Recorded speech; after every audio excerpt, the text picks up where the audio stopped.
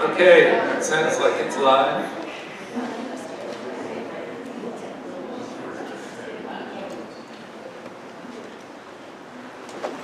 All right, get going now. So, welcome to the fall Winston co-lecture. Manga from UC Berkeley is going to give a presentation, as you see. I wanted to give a shout out to Winston's wife Katie's here, and also daughter Joy, all the way from Rhode Island, which she says is warmer than Davis today. Maybe not literally, but. And so anyway, other than that, my job is to introduce the dean, Stella Adequan, who's going to give the introduction to Michael. And they've known each other for years in the geochemical, geophysical community. So, Adequan, please.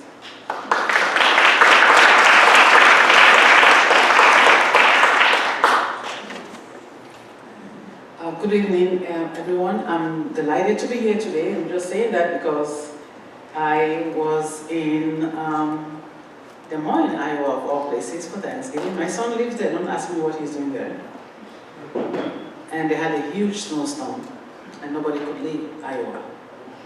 So we had to drive all the way to Omaha, Nebraska, to get a flight. I've never been to Nebraska, so now I can check that in my house.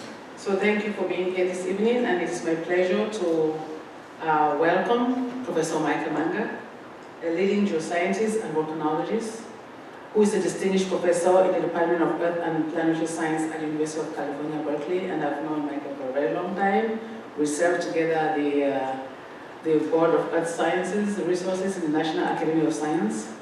So it's been a pleasure knowing him, and I first knew of him from a program officer at NSF. He doesn't know this, who told me, you need to know Michael. He's a great guy to know.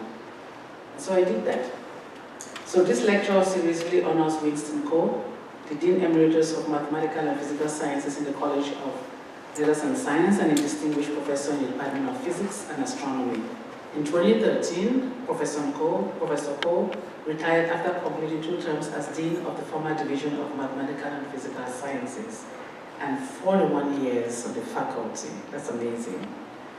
Professor Coe dedicated his entire professional life to UC Davis. He arrived as a postdoctoral fellow in 1970 and joined the faculty of the Department of Physics in 1972. He served as department chair from 1998 to 2003 and was then appointed dean. On his retirement, Professor Coe and his wife Katie established an endowment to fund this professorship and a public lecture series in the College of Letters and Science, which we are deeply grateful for. David is the first appointee to the Winston Coe Professorship in Science Leadership and has done a wonderful job bringing some of the world's brightest minds to UC Davis as part of this lecture. This professorship and lecture series reflects the remarkable strength across our many departments in the mathematics and physical sciences at UC Davis. Our graduate programs rank in the top 20 nationwide in statistics, discrete math and combinatorics, earth science and geology. Our faculty in physics and astronomy, chemistry, mathematics, earth and planetary science, and statistics count among fellows of the American Academy of Arts and Sciences, the American Association for the Advancement of Science, and the National Academy of Sciences, and many other leading scholarly societies. Just so you know, our Earth and Planetary Sciences has the most National Academy members in the college. These recognitions mirror what we see every day, faculty and students pushing the frontiers of knowledge. In the spirit of the Winston Coe lectureship, Professor Manga will introduce us to a fascinating world of submarine volcanic eruptions. I'm really looking forward to this. These undersea eruptions create new crust, alter ocean chemistry, and support extraordinary ecosystems. Professor Manga will share how modern research is revealing the hidden dynamics of these underwater volcanoes and what they tell us about Earth's evolution and ongoing geological activity. Professor Manga is internationally recognized for his groundbreaking work on the physics of volcanoes, earthquakes, and the movement of fluids within the Earth. His research combines geology, physics, and fluid mechanics to understand some of the planet's most dynamic processes, from how magma ascends through the crust to how volcanic eruptions interact with water and the atmosphere. Professor Manga is from Ottawa, Canada, and received his PhD in Earth and Planetary Sciences at Harvard University, followed by a Miller Institute postdoc at Berkeley. He is Executive Director of the Miller Institute and received the Berkeley Campus Distinguished Teaching Award. His honors include election to the National Academy of Sciences, the Mark I Medal from the American Geophysical Union, the MacArthur Fellowship. He's been a faculty member at Berkeley since 2001. Please join me in giving a hearty welcome to Professor Manga.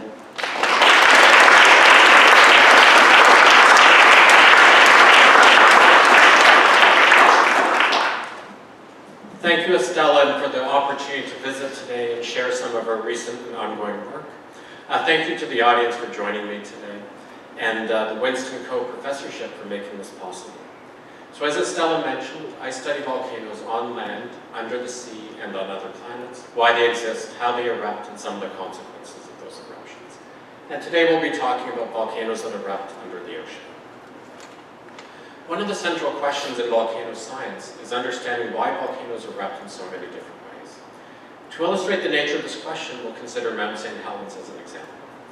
On the left, in 1980, Mount St. Helens erupted explosively, sending this plume of volcanic ash, fragmented magma's molten rock, high up into the atmosphere to be distributed over a very broad area. From 2004 until 2009, Mount St. Helens was also erupting, but in a very different way to make that dome of lava you see pictured in the middle of the crater, what we call an effusive eruption. And so this is the nature of the question we'll be trying to understand today. Why should a given volcano erupt essentially the same material, the same magma, in these two very different ways with very different consequences? Explosively on the left, or effusively to make lava domes on the right. So briefly, why is it that volcanoes erupt at all? Magma, that's again molten rock that may contain some bubbles and crystals of depth, contains dissolved gases. These gases are mostly water, H2O, but also carbon dioxide and other gases. And they're dissolved inside the melted rock. If this magma were to rise, the pressure decreases, and the solubility of gases in magma decreases with decreasing pressure. So as the magma rises, at some point, it may no longer be able to dissolve that water, and bubbles will form.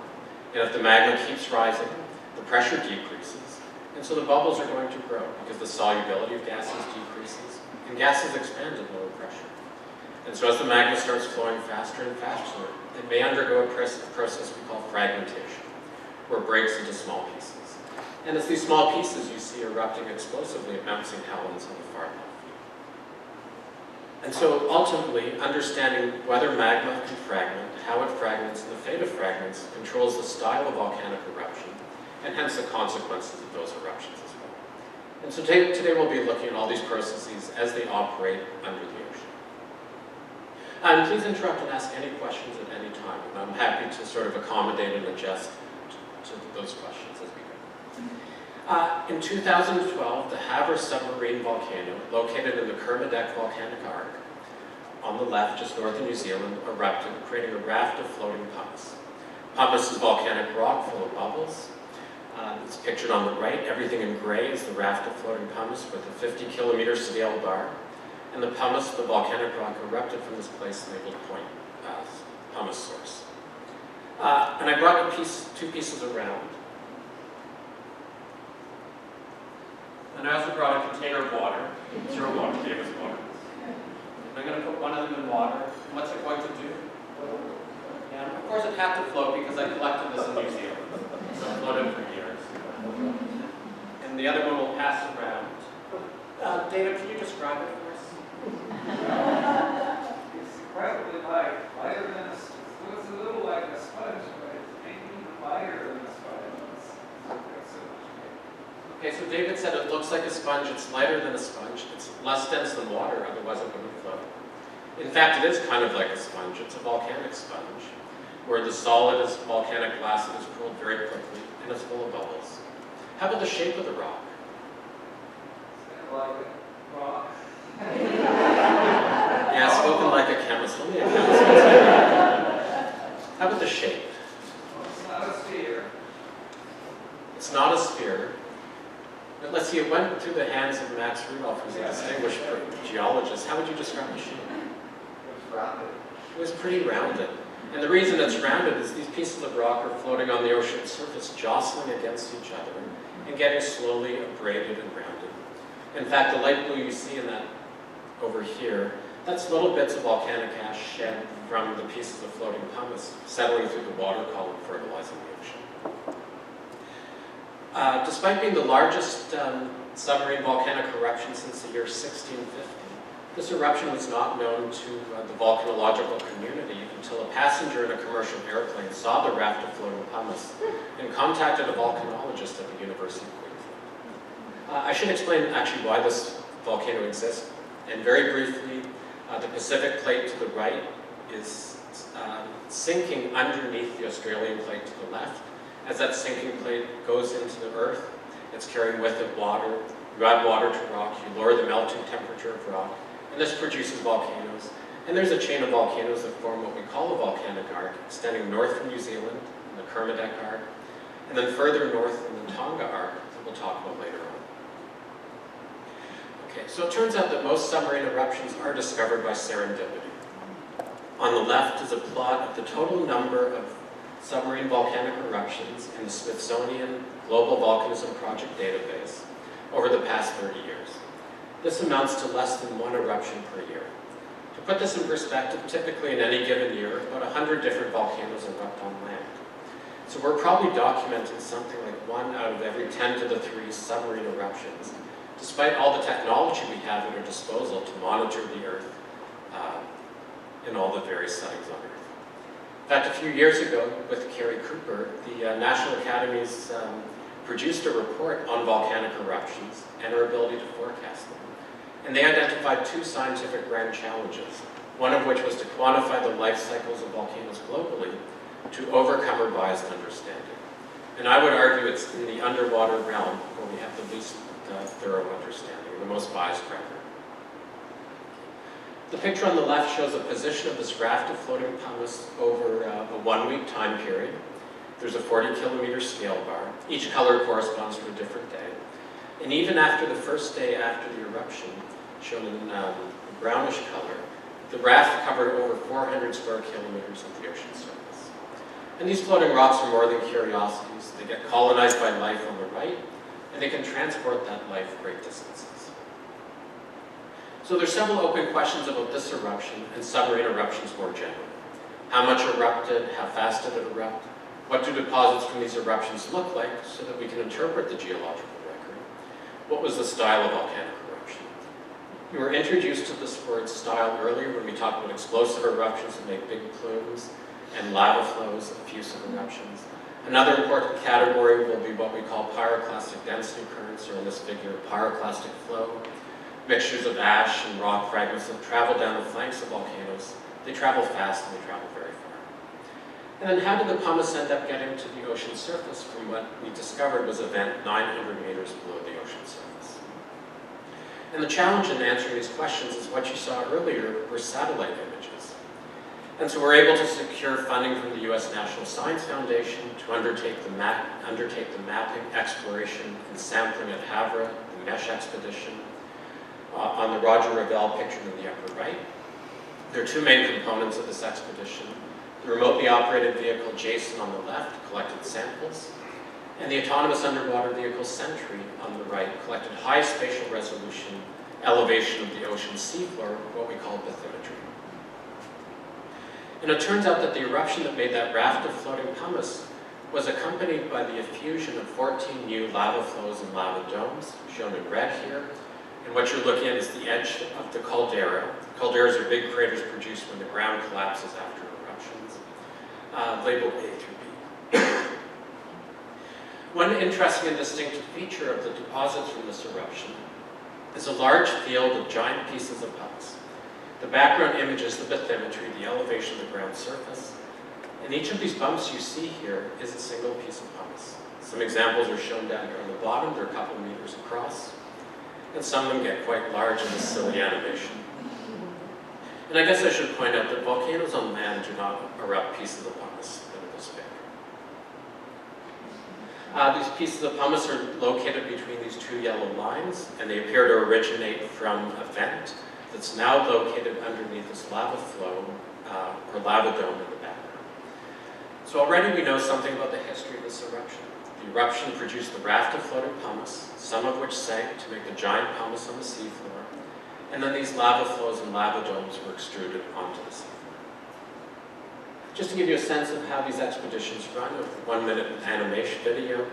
This is the autonomous underwater vehicle Sentry going to the seafloor to map in high spatial resolution the bathymetry that we can compare before and after the eruption to identify these new lava flows and lava domes. In this image here with the giant pieces of pumice. The remotely operated vehicle here, Jason, is being lowered to the seafloor. And Jason has a variety of instruments on it. It can also recover samples. There's actually a third vehicle that's taking these images called the Elevator to help bring samples up to the surface. It's 1.5 meters across in this image, so this is a 1.5 meter diameter piece of pumice being recovered so that we can make measurements after the expedition on the composition, chemistry, and properties of these materials. Okay, so we know the eruption volume, we know the eruption rate. Question? Oh, why is the pumice not floating? Excellent question. We'll get to that because this pumice is sitting on the seafloor. It turns out the vast majority of the pumice that erupted did float on the ocean surface and was distributed around the global ocean. Some of it is still washing up on beaches in Tasmania and New Zealand, and presumably other beaches that I haven't been to. But a subset has sunk to the seafloor as well, roughly 10%. And we'll get to that question because it's an interesting question. Okay, we now know what these deposits look like. To answer the question, how do the magma erupt and how do they get to the ocean surface? We're going to rely on next some computer simulations of eruption processes, as well as measurements we make on recovered samples.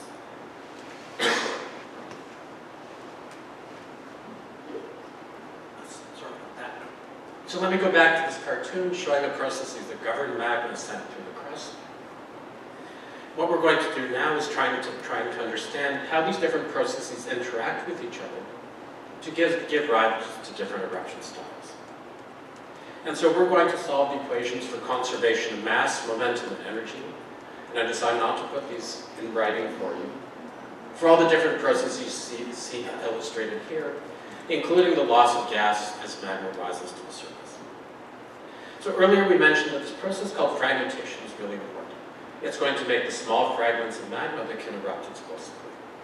There are many different ways that materials can break, and one of which is determined by the ability of liquids to flow.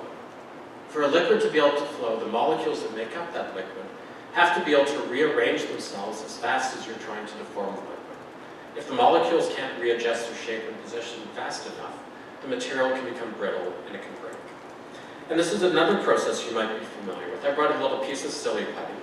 And you know with silly putty, if you pull on it slowly, it can stretch. But if you pull fast, it snaps. And magma does the same thing. And we know the conditions under which magma will break if you try and deform it too quickly. Okay. So we actually know quite a bit about the materials that erupted from all the samples we recovered from the seafloor. And I'm summarizing this in a table that I will not take you through in detail. There's some geochemists in the room who will recognize maybe some of the expressions on the far right-hand side. It will take a whole talk to just describe how we learn what's illustrated here. But we know the eruption rate, we know the temperature of the magma and its composition, and importantly, how much water was dissolved in the magma. That water is important because that's what makes the bubbles that drive magmas to the surface. And so, and then we know the depth at which the magma was stored, and we know where the vent was below the ocean surface. And so again, we go back to that cartoon I showed you earlier, and we solve the equations for conservation, mass, momentum, and energy to describe how this magma is rising up to the surface. And I'm going to talk you through one example of the simulation so you can get a sense of what the processes are, and then I'll try and generalize what we learn. Okay, so what's plotted here is going from the seafloor at the top of these plots down to a depth of 4 kilometers below the seafloor. On the left is the pressure, and as magma rises towards the seafloor, going from the bottom to the top, the pressure decreases. As pressure decreases, the solubility of dissolved gases inside the magma decreases as well. The plot on the far right shows a volume fraction of the magma that consists of bubbles. Right, so 80% here would mean 80% of the magma consists of bubbles. David, was that about 80% bubbles, you think, that piece of rock? 79. Yeah, 75, close enough. In fact, the samples that were being passed around are about 80% bubbles. Okay, similar to what we compute. As the magma rises, pressure decreases, gas is going to become bubbles. And that gas is coming out of water that was dissolved inside in the magma. If you dissolve water in magma, you make it flow more easily. So our third panel shows the viscosity of our melt as it's rising and losing water, and it increases by 2 orders of magnitude. It's getting 100 times stiffer. So now we need to know, does the magma get stiff enough that it can break and fragment? Our second panel shows how fast the magma is deforming compared to how fast it needs to deform to become brittle or break. And this number is always way less than 1. So it means the magma is not able to deform fast enough to break. So what's happening? We're extruding magma with 80% bubbles into the bottom of the ocean as a continuous material.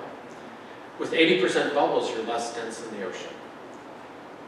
And so the magma that's entering the ocean is lighter than the ocean, and it will want to keep rising. The magma is coming into the ocean at a temperature of 800 degrees Celsius. It's a glass. If you take really hot glass and toss it into water, what's going to happen to the glass? And hopefully you haven't experienced this at home after cooking. Right? But if you take your hot, I did this the other day actually. Glass, if you cool it too quickly in water, can quench and shatter and break. And magma will do the same thing when it's extruded into the ocean. And if those pieces of fragmented magma can float away fast enough to separate from the magma being extruded into the ocean, they may have the ability to float up to the ocean surface. And it turns out they need to be bigger than about 1 meter to be able to detach from the rising magma. Okay, so now we have rocks like the one that was being passed around. They're hot, they're 800 degrees Celsius. The bubbles are filled with water vapor, surrounded by the cold ocean. That cold ocean is going to cool the gases inside the bubbles. Those gases are going to contract, and the water vapor is going to condense, and that's going to draw cold water into the piece of pumice. And if the pumice can ingest enough water, it can become more dense in the ocean, and then it will sink. So this is getting to the question, why does some pumice sink? Okay, and so what we do next is we do lab experiments. We take pieces of pumice, we heat them up, we instrument them with all kinds of sensors. We put them in water and measure how they ingest water and how they cool. And we also develop numerical computer simulations of how water enters a piece of pumice and how its density changes over time. Without showing you the details, what I'm plotting on the right is how long it takes for a piece of pumice to float up to the ocean's surface as a function of how big they are, for different total gas volume fractions, the porosity of the rock. And these curves only begin if the rock is able to float up to the ocean surface. And the bigger you are, the faster you float up to the ocean surface. And so our meter-sized pieces of pumice are able to float up to the ocean surface before they ingest enough cold water to sink. Okay, so now to get to the question that was asked earlier, why does pumice continue to float on the ocean surface? But eventually, after floating for a while, it may sink. So once again, here we do lab experiments. We take pieces of pumice recovered from the raft of floating pumice from the seafloor. We heat up these rocks to a range of different temperatures. We put them in water, and then we use a technique called X-ray computed microtomography to essentially make a CAT scan of the inside of the rock to see where did water infiltrate into a piece of pumice. On the left is an illustration of all the various bubbles inside a piece of pumice.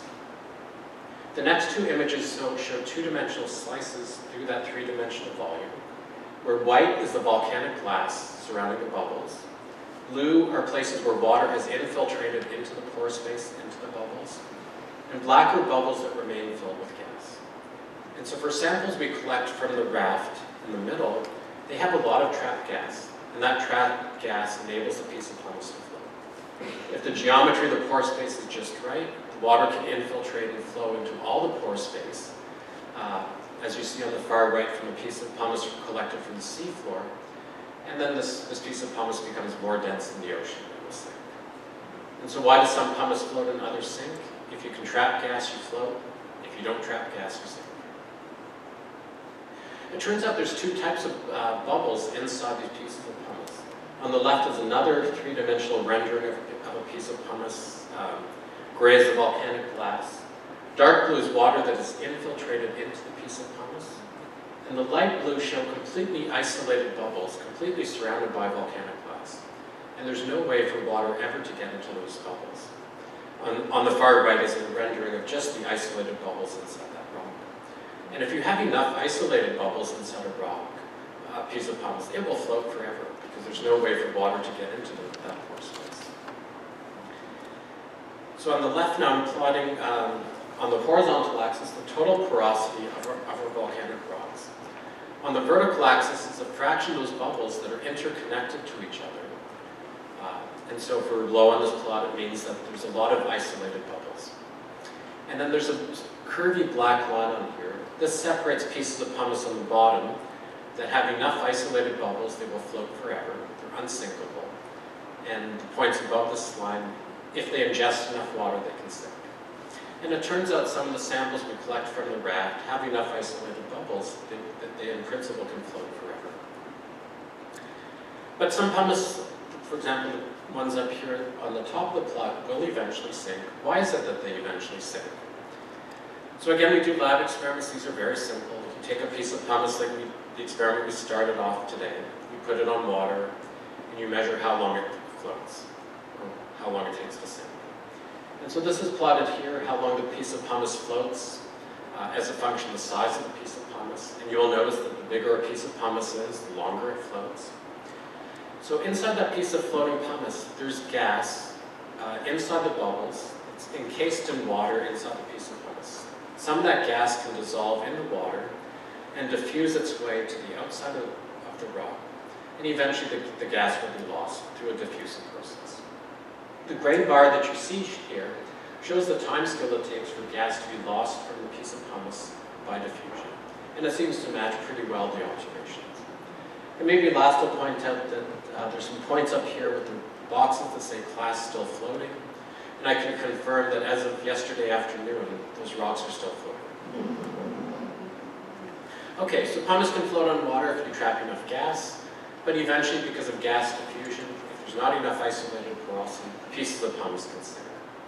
And in fact, if you look at marine sediments from around the ocean, you often find these random little pieces of pumice that are produced through this kind of process. The rocks that are floating on the ocean surface, eventually they get ingest enough water that they sink. Now you might remember earlier on we saw that the raft-forming stage of the eruption was followed by the effusion of lava flows and lava domes on the seafloor. This was also the case for Mount St. Helens. The eruption that produced the explosive eruption was followed by an effusive eruption to make the lava dome. And I didn't pick Mount St. Helens by accident. I picked it because, in fact, the eruption rate for the raft-forming stage of the Havre eruption was similar to Mount St. Helens during its explosive eruption.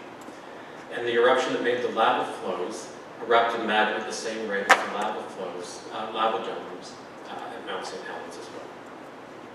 Well, presumably the transition between explosive and effusive eruption is caused by the loss of gases as magma is rising to the surface, and the loss of gases enable a more dense magma to erupt without fragmenting. And these gases are being lost into the surroundings. So over the course of an eruption, the pressure driving magma to the surface should go down. And that's because as magma is evacuated, the pressure driving it to the surface will go down as well.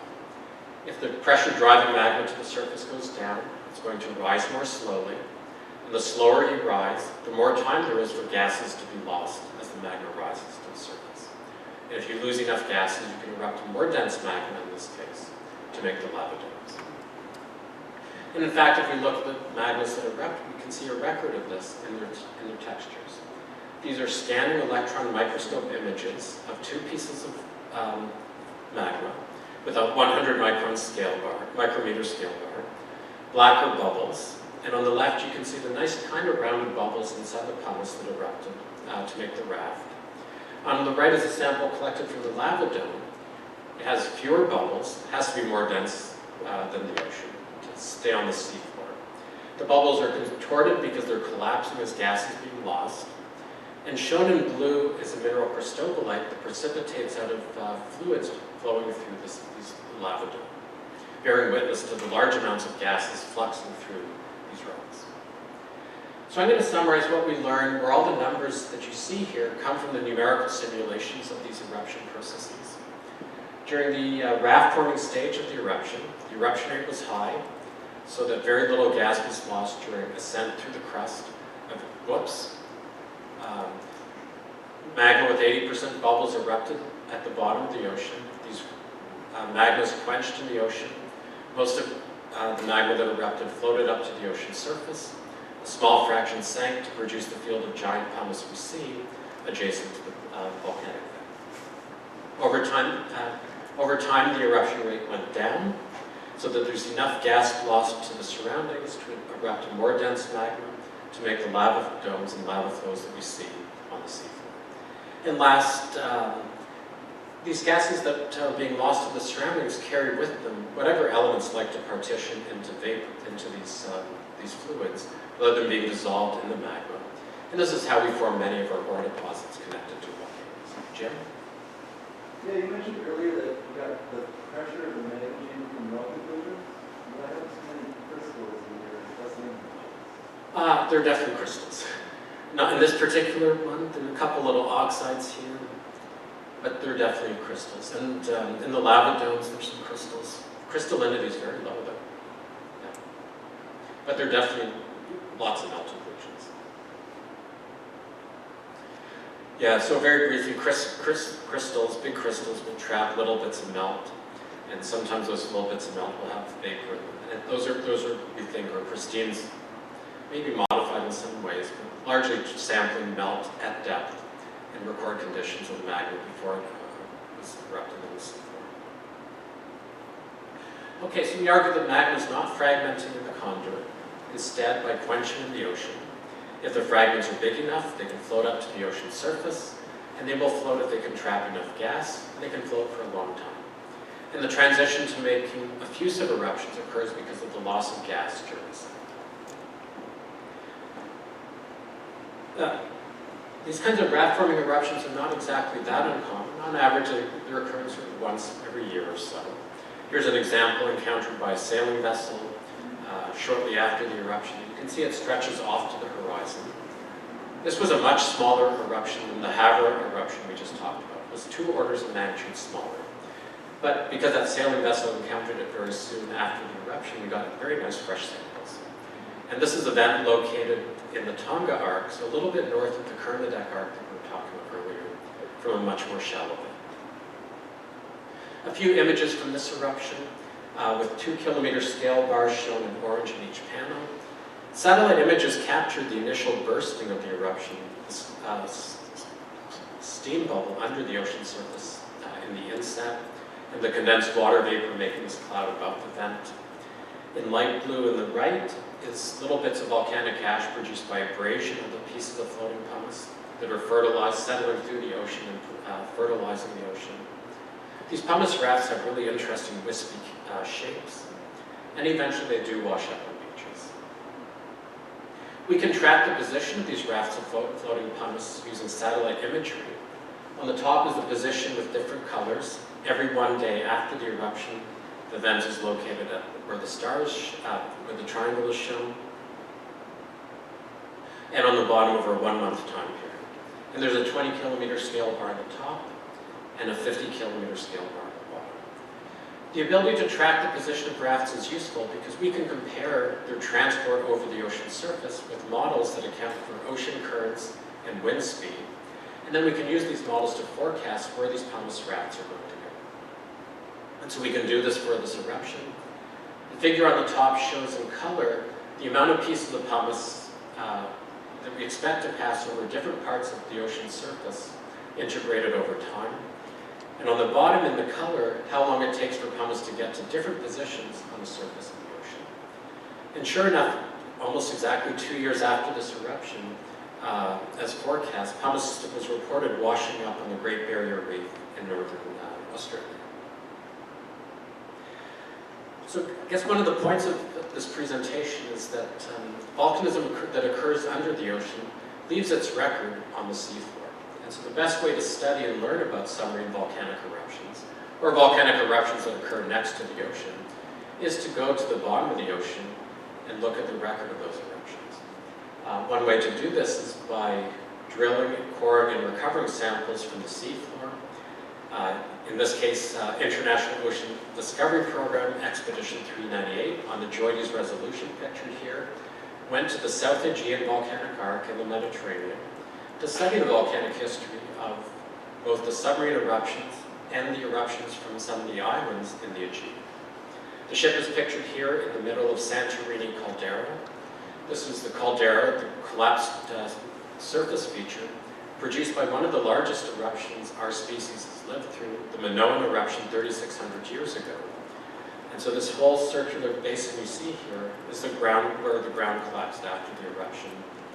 And this island you see here in the middle, called the Kameni Island, which are the Kameni Islands, were produced by lava flows that erupted after the caldera forming eruption. Okay, the goal of this expedition was to study the volcanic history and processes connected to the eruptions of the Christiana, Santorini, and Submarine Colombo volcanic chain. Were located in the Aegean, above the South Aegean volcanic arc, Greece on the left, Turkey on the right, the island of Crete. We're actually, even though we're mostly underwater, we're sitting on continental crust, and this crust is being stretched in the east-west direction to make a number of basins, hence there are big faults here, and the volcanic materials from these eruptions accumulate inside these basins produced by the tectonic stretching. Every red circle you see here is a place where we cored and recovered material from the seafloor.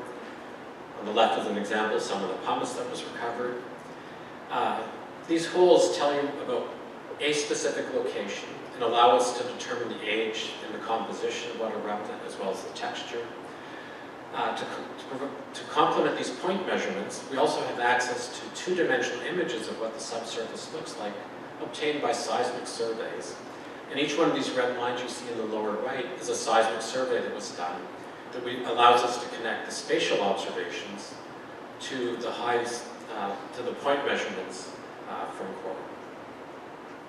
Very briefly, some of the objectives of this expedition were to better understand the mechanics of submarine eruptions, to identify the size, frequency, and style of eruptions from these particular volcanoes over their entire lifetime, from their birth through, in some cases, multiple caldera-forming cycles.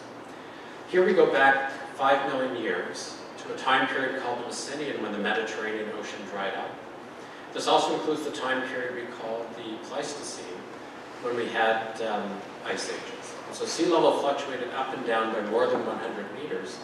So we can also study the relationship between volcanism and climate change, and changing climate. And last, because of the large amount of tectonic activity connected to the extension of the crust, we can look at the relationship between tectonics and volcanism. In total, we recovered more than 3.3 kilometers of core and documented more than 1,000 eruptions. For perspective, this is 10 times more volcanic eruptions than we knew about from the on-land record, in a reasonably well-studied part of the Earth. So in the interest of time, I'm only going to share 2 discoveries from this expedition to give you a sense of what we can learn by exploring the seafloor, 2 unexpected discoveries. In this picture on the bottom with the JOIDES resolution, you can see the island in the middle. This is lava flows that erupted after the 3,600 year ago Minoan eruption. Map on the right shows the same island. Each color shows a different lava flow. The insets with small numbers are the ages. The youngest of these lava flows erupted in 1950. Okay, the cross sections on the top show the seismic images of the subsurface, identifying a variety of different layers whose composition and origin we did not know before the expedition. After coring, we now learn that they are in fact pumice erupted from, we can determine stratigraphically, a vent that produced a lava flow in the year 726. From the seismic images, we can determine the volume of pumice that erupted. It's more than 3 cubic kilometers of pumice. So the eruption that made this very small lava flow was also accompanied by the eruption of more than 3 cubic kilometers of pumice. And to put 3 cubic kilometers in perspective, that's more than the amount of material that erupted at Mount St. Helens in Okay, 726 was not that long ago. So there are historical records. So here's some of what was reported at the time. The sea within Santorini caldera began to boil.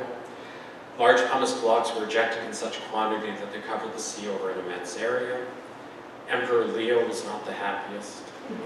And what's interesting about this eruption is that the only on-land record we had that told us there was anything explosive was a very thin layer of pumice on just one of the lava flows on that island. Second examples, we discovered an eruption that was more than 89 cubic kilometers of material that we can identify from coring that tells us that it was a big thick layer of pumice. And our seismic mapping allows us to identify its volume. And this was a caldera-forming eruption whose existence we did not know about before. Okay, our last example will be the eruption on 15th of January 2022 of the Manga volcano. And this was the most powerful volcanic eruption in your lifetime. It was a shallow submarine eruption in the island kingdom of Tonga. And unfortunately, it was devastating for the island kingdom of Tonga. It produced global tsunamis. Okay, this volcanic plume from this, we're located in the Tonga volcanic arc. The vent is located at the red dot. The image on the bottom shows the eruption, the spreading umbrella clouds, the spreading plume of volcanic ash spreading in the upper atmosphere with a 50-kilometer scale bar. The plume reached a height of 58 kilometers, so the highest volcanic eruption we've ever documented. People in Alaska, 8,000 kilometers away, heard it with their ears. Record number of lightning strikes. We've traditionally thought of large volcanic eruptions as leading to a cooling of the Earth because they inject sulfate aerosols. These little particles in the stratosphere reflect sunlight, leading to a cooling of the Earth. Mount Pinatubo in 1991 being the type example. In this case, because this was a submarine eruption, it erupted huge amounts of water vapor into the stratosphere, increased the amount of water vapor in the stratosphere by 10 to 15%. Water vapor is a greenhouse gas, and because it's a gas, it stays in the stratosphere longer than little particles that make up aerosols. It turns out, you'll see next, that most of what erupted, in fact, collapsed back to the ocean and traveled on the seafloor as submarine versions of pyroclastic flows. These density currents snapped the internet cables, the communication cables that connected the kingdom of Tonga to the outside world. And this was such a powerful eruption because the magma that erupted into the ocean could transfer its heat from the magma into the ocean water, vaporize that ocean water to make steam, and that steam helped power the volcanic eruption. Very briefly though, this eruption did make our local news. So I guess it's almost local for Davis. Surfers had to be rescued off Ocean Beach in San Francisco, and the Berkeley Marina was evacuated because of concerns about the tsunami. So once again, this eruption happened underwater, and there's very little land, so a record of this eruption is mostly preserved at the bottom of the ocean. Image on the left shows the location of the vent with the triangle, the extent of the umbrella cloud with the red line, and you can see that the ocean is discolored. That discoloration comes from volcanic ash that fell on the ocean surface. It's a record of what erupted into the atmosphere and fell back on the ground, onto the Earth's surface, and then settled through the ocean to be deposited on the seafloor. There are some large number of small islands, though, in the kingdom of Tonga, on which we can measure the thickness of volcanic ash. So we can connect the measurements of the thickness of ash to the color of the ocean to determine the volume of magma that erupted in that plume. And it's 1.7 cubic kilometers, which is pretty big, but a small fraction of the total amount of magma that erupted. So most of what erupted collapsed and traveled under the ocean as pyroclastic flows. So we thus had another expedition this past September. I was on a ship, the Australian research vessel Investigator, with this fantastic group of scientists from a whole host of different institutions.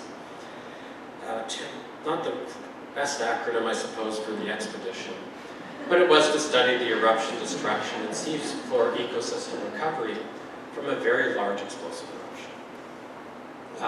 The volcano is located here in that circle, And so we mapped in high spatial resolution both this volcano and other volcanoes. The red dotted lines show the position of internet cables that were broken by these underwater currents, which allowed us to determine how fast these currents traveled, over 100 kilometers per hour, and the direction they traveled as well. So this expedition just finished in late September, and I'm not going to share any details of results, but it includes trying to understand the biological impact of disturbing the seafloor and documenting in a time sequence the recovery, as well as characterizing this eruption and its deposits. And so we did seismic mapping to image the subsurface, bathymetric mapping both of this volcano, so we can compare before and after images, as well as a variety of other volcanoes that have not been studied. We sampled, we mapped, we collected through a towed camera images of the seafloor to look at the biological communities, as well as sampling the water column to characterize the hydrothermal systems. And I'll share just one result. On the right is one small sediment core that was recovered. The thin black ash at the top, I brought some along, I'll pass it around. It's from that core. The top is the ash from the 2022 eruption. Again, the most powerful volcanic eruption in your lifetime. If you look deeper in the core, you can see a much thicker deposit. So this must be from a much larger eruption as well. Right? And you can guess how much larger it had to be to produce a deposit that's more than 10 times thicker. So here's a conceptual picture of how these submarine eruptions work. The magma that erupts into the ocean, if the water's shallow enough or it's energetic enough, can sustain an eruption column that goes high into the atmosphere. These eruption columns can collapse to produce these pyroclastic flows or pyroclastic density currents that travel either over the ocean surface or collapse underwater to travel along the seafloor. And these eruptions can also make rafts of floating pumice as well. And so we are learning from these various studies that the depth of the ocean matters. For the intermediate depth in the middle, the magma that erupted into the ocean is still less dense than the ocean. And so the pumice can float up to the ocean surface to make the raft of floating pumice. If the water was deep enough or enough gas is lost during ascent, we can make lava flows or lava domes that sit on the ocean bottom. If the water was shallow enough, the magma can fragment just like on land volcanoes. This fragmented magma, though, can mix with water. It can transfer heat to that water to make very powerful eruptions. And so we saw examples of all of these. The Havre eruption early on to make the raft of floating pumice. The lava domes we saw at the Havre volcano in the Kermadec Arc. And more recently, the Manga eruption on the left. So at the beginning, I did highlight that one of the two scientific grand challenges in volcano science is to quantify the life cycles of volcanoes globally to overcome our biased understanding. And I think given the opportunity to explore and test our ideas, we are able to make some progress. And we are learning that submarine volcanism can operate in fundamentally different ways than volcanism on land. There are many people I'd like to thank and would like to list their names. There are too many to thank, so I'm going to show you their photographs instead from 3 of these different expeditions to the Aegean Volcanic Arc in the upper right, the Australian investigator in the middle, whoops, and the MESH expedition to the Havre volcano in the lower left. These are wonderful groups of people. They include microbiologists, geochemists, geophysicists, volcanologists, and most recently marine biologists. And it's only with all these complementary expertise that we're able to make these discoveries that I shared today, at least the volcanological ones. But again, we are learning that submarine volcanic eruptions do involve fundamentally different processes. For example, the high pressure provided by the weight of the ocean keeps a lot of dissolved gases dissolved in magma, making it hard to fragment. But the high density of water compared to gas means that magmas that erupt can float up to the ocean surface. And those fragmented magmas can be transported great distances. And so the record of submarine eruptions are not necessarily going to be preserved next to the volcanoes from which they erupt. So thanks so much for giving me the opportunity to visit you today.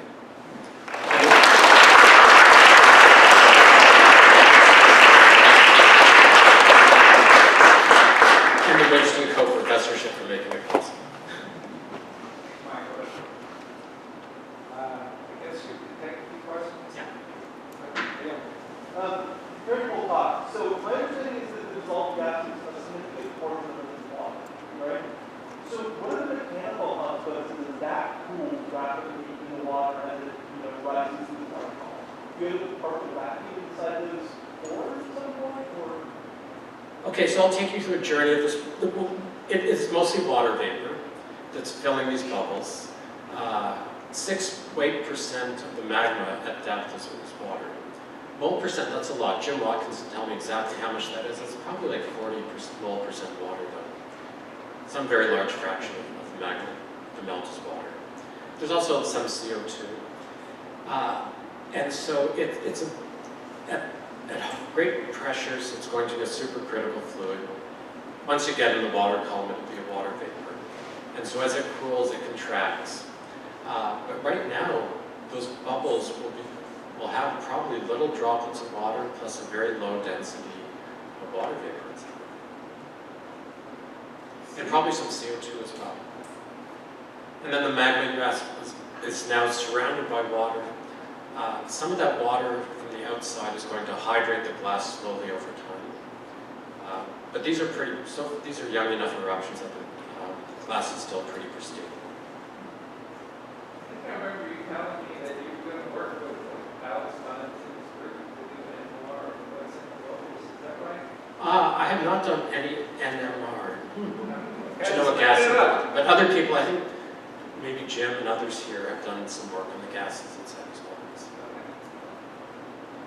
And we also measure the gas that's the volatiles that are dissolved in the glass inside those Manga collisions as well. Other questions? Yes. How do you determine which sites to sample? Excellent question. How do we decide which sites to sample? We wait for an eruption to happen, and then we're responsive. I mean, like after the eruption. Very. So all of these expeditions take a long. I actually take you through a couple of them because it's typically a decade of planning for each one of these international ocean discovery program expeditions, and you justify it on the basis of scientific value of each site as well as safety. And so here, for example, almost everything that erupts will accumulate at the lowest lying areas in these sedimentary basins. So these are very good places to go trap whatever erupted. But it's kind of nice to be close to the volcano as well. And so you pick a variety of different locations. One of these sites was not part of the original plan. And that required, on the ship, very complex negotiations between the US State Department and the Greek authorities to get permission to do this kind of quarrying. And then for the other expedition, you sort of co-plan where you want your seismic lines to be, where you're going to sample, because you can do certain activities at certain times of day. For example, seismic surveys are only done during the daytime because you have to be able to look for whales. And so we do sampling and towing cameras at nighttime, big coring, and the seismic surveys during the daytime. And it all has to be coordinated. And then last, for the first expedition, there was a remotely operated vehicle and the autonomous underwater vehicle mapping. The hypothesis leading up to that expedition was that everything we saw on the seafloor would be pumice that sank to the bottom of the ocean. We did not expect to see those lava flows and lava domes. And so we had to simultaneously discover what we were looking at while we were trying to sample. So it's sort of random, but with a plan going into it, like all science, where you have a hypothesis you're trying to test. And sorry for the long answer. Yes. I have a question about fluidal rhyolites. I've seen quite a few of them in the Arctic sessions that have been up on land and been recorded quite frequently. And it's attributed to the volatiles. If it's enough water pressure, the volatiles stay in solution, and the magma kind of extrudes out in a running form, acting more like a saltwater rhyolite. But I don't know places where these have been found on the Northern Seaboard. Do you? The Havre volcano erupted real rhyolites, and so all those lava flows and lava domes are in fact the submarine equivalent of the types of rhyolite flows we find here in the western United States. I'll go ahead and put that image up again. And if someone had shown me this image, I could have said, this almost looks like Long Valley, Long Valley caldera in eastern California. Although, because of the high pressure from the weight of the water, yeah, the viscosity of these are about 2 orders of magnitude less viscous than the rhyolite flows we see in eastern California or in northern California or eastern Oregon. So the eruption rates probably were a little bit higher. They would have flowed about 100 times faster. Many of the rhyolite flows we find in places like Yellowstone or eastern California would have erupted over time periods of months to a few years. Were there anything in, have you sampled anything that looks like rhyolite spatter accumulations? Good question. So rhyolite is a very silica-rich magma, and it can fragment. The fragments can fall back down to the surface and stick back together and continue to flow. Nothing here looks like it fragmented and stuck back together, in part because you quench and cool very quickly in the ocean, and you form this outer rim that prevents sticking back together and You might quenching. need a steamer But to shield it from pressure. Because Yeah. those are also reported from the field, from alcohol samples, rhyolite spatter. yeah, so there's nothing here that looks like it was welded spatter.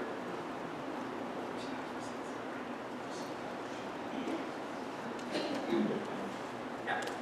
So I appreciated the comparison, not technology, but I'm not a volcanologist, but I know that it can be constructed. So with that eruption, we knew it was going to happen because it was so closely monitored. And I'm just curious if these submarine systems, are they monitored? How do you monitor them? Obviously, some of them have some hazards. So is that just ignored? Yeah, this is an excellent question. How is it that we monitor these eruptions so that we can anticipate that they're going to happen? And in the case of Tonga, say evacuate or get people to higher ground. And this example, we didn't know it was going to happen. We didn't know it happened until 2 weeks later. And it's a pretty big eruption. It will generate hydroacoustic signals. There are always earthquakes that accompany eruptions. Of course, after the fact, you can go back in time and identify the magnitude 5.4 earthquake that occurred at the time of the eruption. But there are magnitude 5.4 earthquakes and bigger all the time in this active volcanic arc. And there's nothing obviously special. This is not the best setting to image or monitor seismically because there's very little land. And so there's no place to put your seismometers. And those seismometers are very noisy because of all the ocean noise. So monitoring the deep ocean is very difficult, partly because it's difficult to get the instruments. And for submarine eruptions, probably the best record we have would be the hydroacoustic arrays. The various militaries certainly deploy, but also the ones used for the comprehensive test ban treatment. So after the fact, we can go back and identify some signals. But I think this is part of the challenge. For the most part, these submarine eruptions happen, and we learn about them after they happen, not before. Yeah, I guess these certain government agencies may know things that they're not going to talk about. Like, so after the Ocean Gate disaster, I guess we learned that we knew about exactly what they did loaded, but they didn't really want to say anything about it at the time we knew it, right? Yes, I certainly hope that our U.S. military knew that this eruption had happened. But they did not choose to share that with the volcanological community, right, through a volcano listserv. Yeah. Right. Can you give us a sense of how much energy is released in these eruptions and what the temperature is at the mouth of the magma? Shoot, off the top of my head, I'm not going to be able to do that, but I can tell you how to calculate it. So the magma at the vent is, in this case, 800 degrees Celsius. It's cooling to basically 0 degrees Celsius. It's in the Tonga eruption, it's 10 cubic kilometers of magma. So you can multiply that by specific heat of 1.2 kilojoules per kilogram times the change in temperature of 800 degrees. And almost all the energy is thermal energy, very little in kinetic energy.